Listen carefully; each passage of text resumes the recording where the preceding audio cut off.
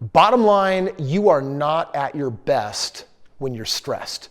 It releases cortisol, which is toxic to your happiness, and then it becomes habituated. It's something that we practice over and over again, and then we become like these stress cases, and I think the world's got too many of them. Today I want to share with you my number one hack on how you can actually put it away and be done with the stress. 'Cause we're gonna be legends. What we're doing here ain't just scary. It's about to be legendary. Listen, you might be watching this video because you are that stress case, or you're married to one, or you're close friends with someone that you're just concerned about. Because it's almost like they're living still with that 2 million-year-old brain with worrying about the saber-tooth tiger that's gonna come jump out, and they've got that fight or flight going on. And these days, people, if we practice stress enough, people will get stressed over like the craziest, stupid stuff that's completely out of their control. Like, seriously, what is the point of being stressed in a situation or circumstance you can't control? Dude, last night I'm at Taekwondo with my kids, and I'm there for like 3.5 hours. And I took my cell phone, and all the duffel bags look the same, and I put it in someone else's duffel bag.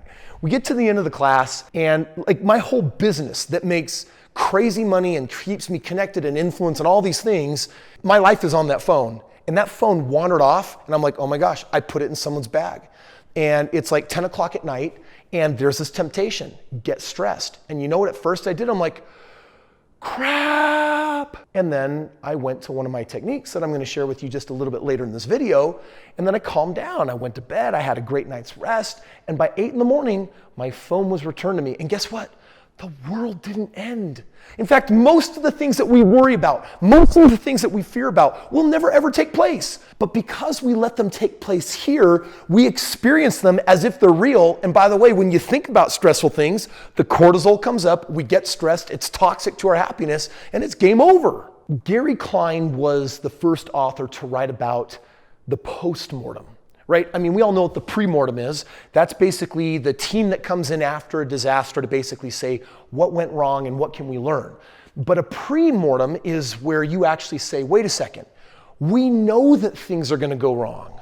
What can we learn about that? And then how can we diffuse that here in advance? It's like having hindsight before something happens. It's cool, right? Precognition. So right now, think about the things that make you stressed. You already know what they are. Like, you could make a list. Your list might be, when I'm late, I get stressed. When I lose something, I get stressed. When there's a fight brewing, I get stressed. When I interact with passive aggressive people, I get stressed. If my laundry's not done, so you've got a whole list of all the things that actually stress you out. And the thing is, you've habituated, you practice it so much, you know exactly what it is.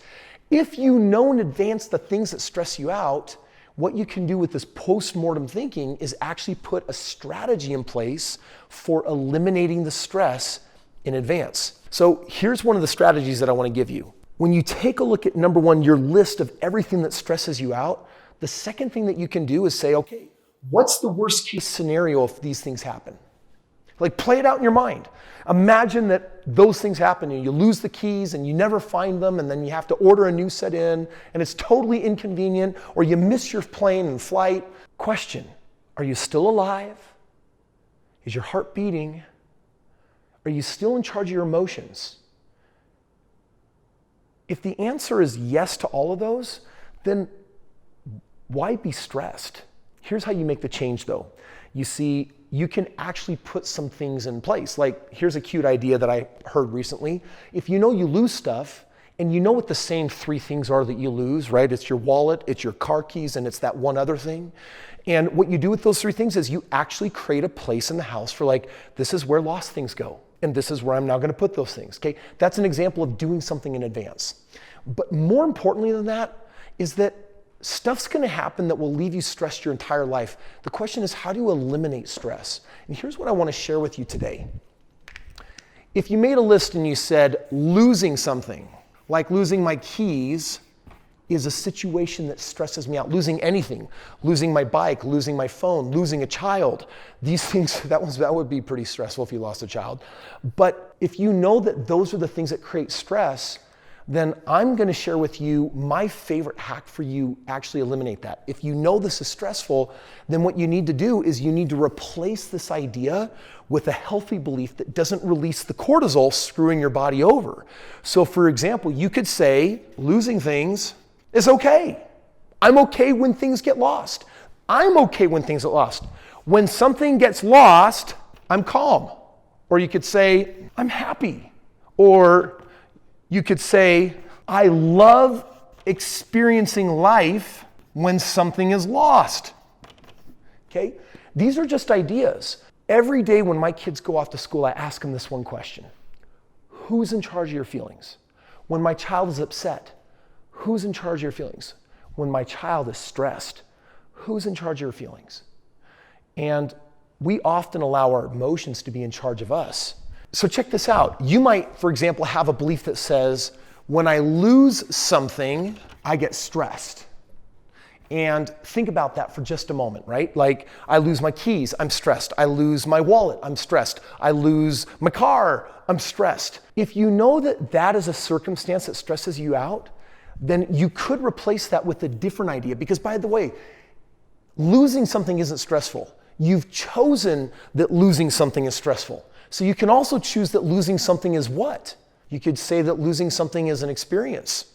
You could say that losing something is fun, or that you're calm when you lose things. Like, who do you want to be? Who do you want to turn yourself into? Who do you want to beast yourself into when this undesirable happens? Because by the way, will you keep losing stuff? Yes, it's inevitable. All the things that stress you out will likely keep on going on. But you are at choice with how you feel about them. Dude, my kids, kid you not, every day I ask them this one question because it's a core value in my home. Who's in charge of your feelings? And they all know the answer. I am. You see, but when they're sad and I say, now who's in charge of your feelings? And they say, I am. It's empowering for them to realize, wait, if I'm sad and I'm in charge, then I can also change that sadness into happiness.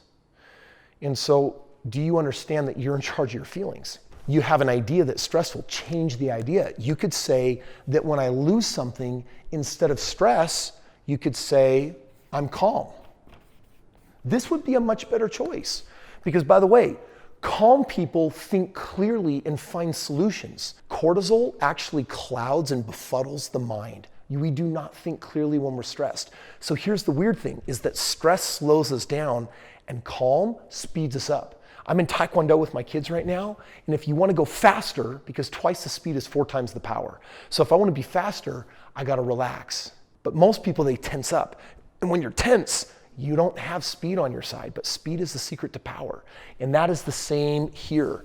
A calm mind makes better choices than a stressed mind. It would serve you and I and everyone on this planet to actually eradicate stress entirely from our being. Here's how you do it. So I wrote this book. It's called Limitless. And I created kind of like the ultimate cheat sheet. Your mind is made up of 10,000 beliefs that predominantly run your world.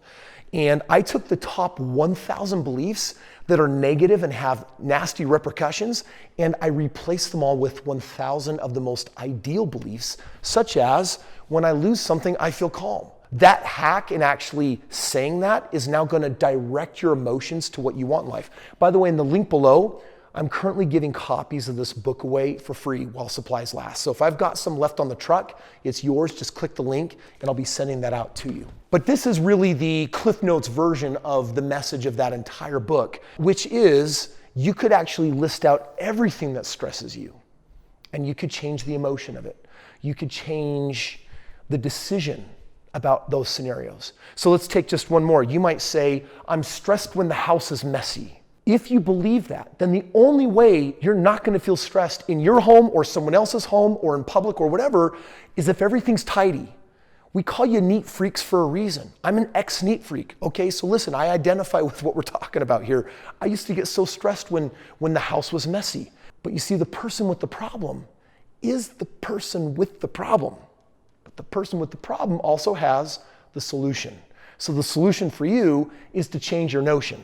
This idea of uncleanliness stresses me out, you could change that to say, whether it's clean and tidy or whether it's dirty and messy, I'm chill and happy either way. Do you see what that does? It gives you an unfair advantage in life, because now you can be totally happy in both circumstances. You are not this conditional human being that says, I'm happy if then.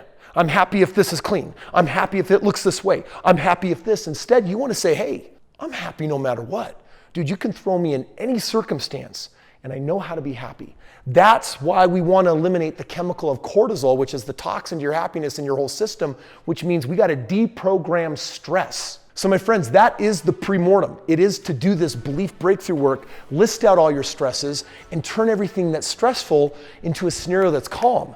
And for those of you that are like, wow, that was actually really useful, Kris, we are just scratching the surface. This book, I spent $2 million in the research of writing this book, in learning the methodology for how to rewire your brain and my brain to be the happiest versions of who we were meant to be. And all of that lies here. So there are currently copies available. If you click the link below, just cover the shipping. I'll be sending this directly to you. Get your hands on this book. This is the magnum opus of my life, of all the books that I've written. And this is an opportunity for you to take millions of dollars worth of my hobby and actually contain it into a short read that will give you the ultimate hack on doing this, not just for stress, but for every single area of your life, so that you can be the happiest, most fulfilled, achieving potential of who you're meant to be.